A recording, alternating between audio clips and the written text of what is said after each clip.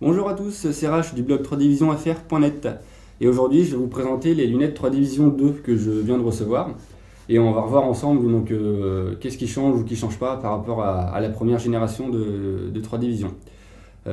Donc forcément la première chose qu'on voit c'est le look qui a plus rien à voir, c'est vraiment une toute nouvelle paire de lunettes, c'est pas juste une amélioration technique qu'on n'aura pas vu. On n'a plus donc le look plastique dur, brillant comme on avait sur la première génération qui faisait un petit peu bas de gamme. Là on sent qu'on a du matériel de meilleure qualité, même au niveau du toucher ça sent, et elles sont plus confortables.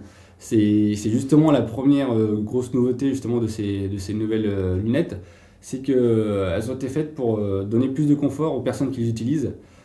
À commencer déjà par les branches qui sont souples maintenant, alors que les autres étaient complètement dures, et ça leur permet de mieux s'adapter voilà, à chaque tête. Elles sont également plus plates et plus droites, et le gros avantage de ça, c'est que justement vous allez pouvoir utiliser un gros casque audio par-dessus sans que ça vous serre, enfin ça va quand même moins vous serrer qu'avec la première génération de lunettes. Et du coup, ceux qui sont habitués à faire des séances de jeu ou même des films de plusieurs heures, ça devrait être plus confortable normalement. Après, évidemment, tout dépendra du casque. Si vous avez un gros casque qui sert vraiment, ça continuera de vous appuyer un petit peu dessus, mais ça sentira quand même beaucoup moins. Ensuite, l'autre nouveauté, l'autre principale nouveauté, c'est les verres.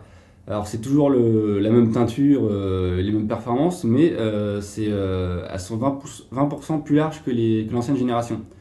À quoi ça va servir? C'est simple, hein, c'est à avoir un meilleur champ de vision, c'est quand même assez pratique et on va dire plus agréable justement pour ceux qui jouent sur des écrans de plus en plus grands. Parce que c'est vrai qu'au début on a commencé avec des petits 22 pouces, maintenant on commence à voir débarquer les 27 pouces. On a également des gens qui jouent, qui visionnent des jeux sur des vidéoprojecteurs ou même justement des personnes qui jouent en 3D Surround. Et c'est vrai que j'avais déjà essayé le 3D Surround, donc c'est quand vous avez trois écrans l'un à côté de l'autre avec la première génération, et le champ de vision était tellement petit que du coup on ne pouvait pas profiter complètement du champ de vision qui était offert par le surround, alors que là normalement ça devrait être plus facile d'en profiter. Ensuite, il y a un travail qui a été fait également au niveau de l'ergonomie. Par exemple, on a une petite lanière ici là qui permet de mieux réduire la lumière ambiante pour éviter qu'on soit gêné, qu'on soit mieux immergé justement dans notre séance de jeu. Alors c'est une petite lanière qui peut s'enlever ou se remettre suivant ce que vous préférez.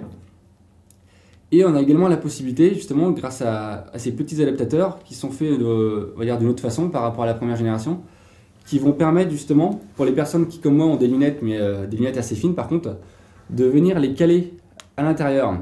Et l'avantage, c'est que justement quand vous jouez, vous avez plus vous sentez plus sur votre nez à la fois les lunettes de vue et les lunettes 3D. C'est les lunettes 3D qui vont du coup supporter vos lunettes de vue. C'est-à-dire qu'elles sont juste posées comme ça. Et du coup, on oublie plus facilement qu'on porte deux paires de lunettes, ce qui est quand même beaucoup plus agréable. L'autre avantage, justement, de pouvoir bien caler ces lunettes, ces lunettes de vue, c'est que justement, on peut du coup mieux caler les lunettes 3D contre le visage. Et du coup, on profite bien du champ de vision plus élargi, justement, quand les lunettes sont plus rapprochées, et de la petite lanière en haut qui permet de réduire la lumière ambiante qui arrive jusqu'à vos yeux. Alors, par contre, quand on a eu justement l'annonce des 3Division 2, on nous a annoncé en même temps la 3D Light Boost. Alors le Light Boost, c'est une technologie qui permet justement d'augmenter la luminosité perçue quand on est en séance de jeu ou de visionnage de film ou n'importe, quand on utilise la 3D. Justement, avant, on avait un souci avec la 3D Active, c'est qu'il y a plein de gens qui se plaignaient de la baisse de luminosité qui était pour certaines personnes assez désagréable et qui venait gâcher un petit peu gâcher les couleurs. Et là, justement, ce Light Boost, ça permet de compenser ça. Et c'est vrai que maintenant, quand on porte quand on porte pas les lunettes, on voit plus trop de différence de luminosité. Et la question que beaucoup se posent, que beaucoup de personnes se posent, c'est que est-ce qu'on a besoin justement de cette deuxième génération de lunettes pour en profiter? Alors la réponse est non. Cette technologie est due uniquement aux écrans. Ça veut dire que vous aurez beau utiliser ces nouvelles lunettes sur votre ancien écran 3D qui n'était pas Light Boost, vous n'aurez aucune différence de rendu. Ça sera exactement la même. Vous aurez autant de baisse de luminosité. Mais ça veut également dire que si vous avez un écran Light Boost, vous pouvez utiliser une ancienne paire de 3D Vision et vous profiterez quand même du gain de luminosité. Alors il faut quand même savoir que les écrans Light Boost seront tous fournis, par contre, ça a été confirmé par Nvidia, ils seront tous fournis avec des lunettes 3D Vision 2. Donc il y a peu de chances en général que vous vous retrouviez avec une ancienne paire de lunettes sur un nouvel écran Light Boost. Mais voilà, c'est juste pour dire que le Light Boost n'est pas du tout dû aux lunettes, uniquement à l'écran. Ça montre également, ce que je viens de vous dire, que justement ces nouvelles lunettes sont complètement compatibles avec la première génération. C'est-à-dire que vous pouvez utiliser celle-là avec un émetteur qui était fourni avec votre première génération de 3D Vision. Vous pouvez également utiliser des lunettes de première génération avec les émetteurs qui sont fournis avec les lunettes 3D Vision 2. En fait, c'est exactement la même chose. Vous pouvez complètement tout intervertir, donc il n'y a pas de souci à se faire, il n'y a pas besoin de tout rechanger si jamais vous voulez passer la 3D Vision 2, tout marche ensemble. Alors justement, il y en a après qui se demandaient est-ce que ça vaut le coup de réinvestir si on a déjà des lunettes 3D Vision de première génération, est-ce que ça vaut le coup de tout racheter pour passer à la deuxième génération? La réponse est non.